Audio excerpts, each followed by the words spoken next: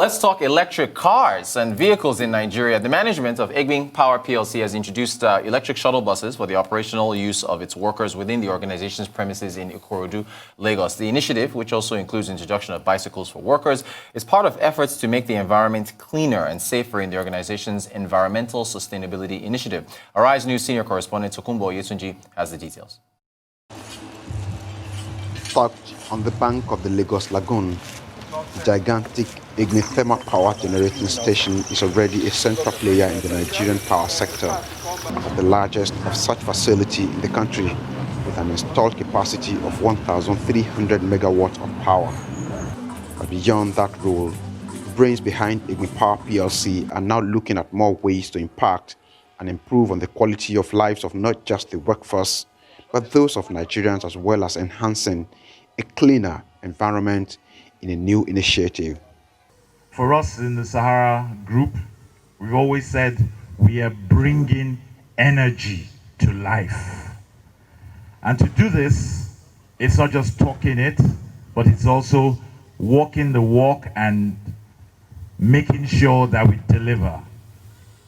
Today in Egbin, it has been picked as the first place we will commence not just the drive of sustainability, not just the drive of energy conservation, not just the drive of good living, quality living, long living, but the drive of ensuring that everybody stays alive and their quality of life is priceless. These sets of transportation equipment, including electric shuttle buses, the first of its kind anywhere in Nigeria, and bicycles, are being unveiled to be subsequently deployed for the operational use of the workforce around the whole wide power station, and thus reduce the emission of carbon monoxide into the environments. Sustainability, quality of life, and good life to life. Thank you, to the glory of God. The world has moved forward. In certain areas, we are at par with them. In certain areas, we are not. But for us in the Sahara Power Group, especially led by Egbin, we're looking at it to say that we want to be there and we need to plan for the future.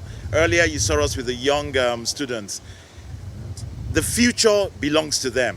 But what we do today is going to determine what the future would be. So that is exactly why we're doing what we're doing.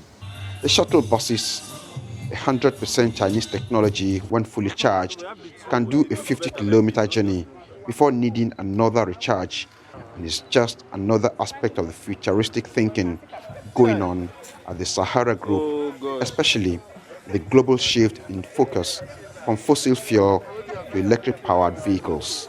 The environment to us is not just the physical environment. The people make part of the environment. Everything we do to us is the environment. It is a sustainability, because in today's world, it's all about sustainability and ensuring that the future is better than the present. Those who have served in the past have made the difference. Today, we're all standing here because other people did what they did. Our own aim is to be able to be counted. We want to stand up to be counted, to say others in the future are standing there because we did what we all here, especially you members of the press, are doing to ensure that there's a better tomorrow than there is today. For us, it is not just being in existence that matters. It is being able to deliver the promise we've made. For us, it's like we've signed a service contract with all our customers to ensure that they have electricity, and that will ensure that we do. We're investing massively as we speak today in network expansion and ensuring that the lines that are needed to be strengthened are strengthened. We've equally given additional contracts out to those who do meters for us. We signed about 11.4 billion naira for the purpose of metering our customers. When they return from the trip, of course, our very esteemed friend here. I think he wants to meet up with that person. Apart from the electric shuttle buses, bicycle riding by members of staff is also part of the environmental sustainability initiative by the management here at the power plant in Ikorodu. And And if you're wondering if the initiative can extend beyond these premises, well, you never know. Since 1 in every 5 Nigerians is already being serviced by the umbrella company, the Sahara Group, which is already thinking the future. And that future, the company says, it's beginning within its own premises here at the Egbin Power Plant in Lagos. Arise News, Lagos. Things are getting better. All right. Joining me in the studio to discuss this, plus more news, IMF revision of Nigeria's GDP, and also whether or not Nigeria is going to issue a Eurobond in 2021, is Arise Business Analyst Chika Mbonu. Chika, what do you think? Electric vehicles in Nigeria? Very interesting times. Yeah? Very interesting times. I don't really know whether I should be happy or sad. Because on one hand, yes, it's like if we have electric cars now worldwide, that means what happens to a major source of revenue? Oil. You know, so even though there are projections worldwide now that in the 2030s, oil for most of the Western world will cease to be a major source of energy. Yes. And all of them are moving to renewables. And so it's interesting that this is coming home, you know, and so the other flip side of it is the joke my wife shared with me one time. When we were talking about Metro Line, the underground train, and she said, no, she will never enter it. And because he may enter it on Monday and come out on Friday because NEPA will take lights. Take lights. So a major limiting factor to electric cars also is the fact that we don't even have enough electricity in our homes to power our small even lights and air conditioners and stuff like that. What more electric cars and buses and tricycles. But this is where the world is heading. And I'm happy that it's home, that at least, as the narrator said, this is one area that is happening abroad and we also can compete here. Yeah, so maybe one day here we're also going to have driverless cars, and if our network will not, will not collapse that, and suddenly the car that is going to Ikeja will start going to somewhere else. But let's remove the distance. This is a very serious. We commend the Sahara Group for this initiative, and it will reduce the carbon emission, and then help making the environment safe, which is a major thing in the world now. And we're even lucky here that I'm told that if you go to places like China, sometimes during the day the whole place is smog. And that is unhealthy. It causes cancer and other debilitating diseases. So it's nice that we have had this kind of breakthrough in Nigeria. And they recognize also that the limiting factor, major them, is availability of electricity. And they produce electricity in Egbin, their own Egbin. So the resource of electricity, I'm hoping that their own will work. And the larger Nigeria down the line also will work. Encouraging stuff. Thank you for that, Chika. Okay, IMF revision, Nigeria from 5.4% contraction initially. They've now revised that. That was in June, I believe. And yes, now they've said this is their latest outlook, which we covered here on Arise News. We went live to the IMF economic outlook. What do you make of it? Should we sigh of relief? Do we celebrate it that, okay, it's not as bad as before? Well, I don't know. It's like I was going to give you 5 slaps before, and and now I say I'll give you 4 slaps. Chika, your analogies are the best. You have the best. So I mean, I don't know whether you should rejoice that the slaps are reduced by 1, or be that as the case may be. So I mean, negative 6.1 at Q2. Yes. We know that Q3. Everybody has agreed that Q3 is going to be negative also.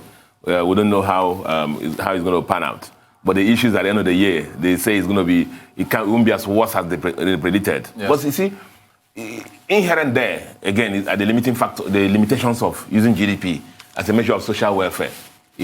Of course, the GDP measures the aggregate output, the aggregate economic activity in an economy. Yes. But the issue is that the theories will tell you that, therefore, the output approximates, is like production. And production should approximate consumption. And it means that if people are consuming, they should be happy. But it comes with disadvantages or downsides or limitations. What a limitation is, it does not measure social welfare. It doesn't measure the welfare of people. So it doesn't tell you that even though the GDP, is going to come from 5 to 4, it is, has impacted the fact that 60% of our Nigerians are either under or unemployed. Has he affected anything by saying that we're no longer the property capital of the world? Has he changed the health parameters, the fact that in the world now, between 0 and 5 years, mortality of kids, we're the number 1 in the world. So all the negative parameters, how has this reduction in the negative GDP has impacted that? And so that's the major limitation of GDP. The other limitation is about income distribution. It does not talk about income distribution because the GDP measures, final finished product output, right. And that output can be a microcosm of the population, and so the larger population can just be in poverty. And you already know that the percentage of Nigerians living below the poverty line. This does not change it.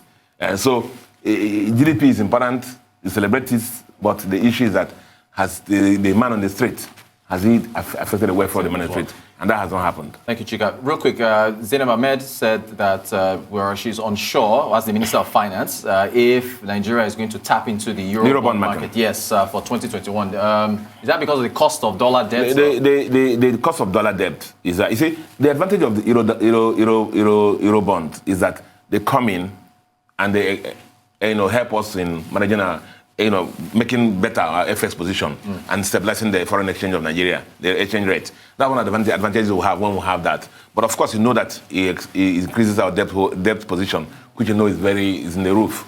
But the issue is that the dynamics in the market now are not very positive towards that. If you go to the market now, remember there was a flight to safety once COVID, on the onset of COVID. And then what will happen now is that the price of the bonds will be very, very, very high. And even the subscriptions may not be as robust as they should be, even though Nigeria is most times oversubscribed. So it's just because of the dynamics of the market and the impact on our debt positions. Thank you. If I believe one of a corporate is planning on... First bank transition. Yes. So what does that... How do you play that? I mean, they want to go and do Eurobond. Nigeria is not sure. Yeah, but the issue is that as a standalone entity, you see, one of the things that happened recently is that a lot of the banks are going to move up, expand their capital base because of the losses that are rising in the environment and the increase in the NPLs. Right. So a lot of banks and to enable them to take more businesses, they're expanding their capital base. And then a lot of them maybe have also negative FX position. So foreign bonds like that will help them, fill those positions. So that's basically one advantage of that. And then that it counts to Tier 2 capital. The bond I'm looking at is, I think, of 5 years. Now, some of them may have bonds. As the bond tenors they are maturing, their percentage they count to the capital of the bank reduces. Okay. And so it creates a hole in the compliance ratios of the banks as to capital ratio. And so most of them try to replace it. I'm aware they're not the only bank who are trying to go and replace this bond, the issue new bond. Fantastic. For the Tier 2 capital. Okay. When you got a minute left, Chika. So that means that, for any of our viewers watching this, the conditions the country is facing that Nigeria is facing are not necessarily the same that the banks are facing as far as a corporate level and a country level. And with regards to Eurobonds. Yeah, the only power. All right, business analyst Chika Mbonu, very insightful on electric cars, the future of Nigeria. Also, the IMF revising Nigeria's 2020 GDP projection from 5.4%, well, contraction, that is 5.4 to 4.3, and the outlook for Eurobonds, whether or not the country is going to, go ahead and issue those, and then versus corporates. Chika, thank you so much for your insights. Thank you. Always appreciated.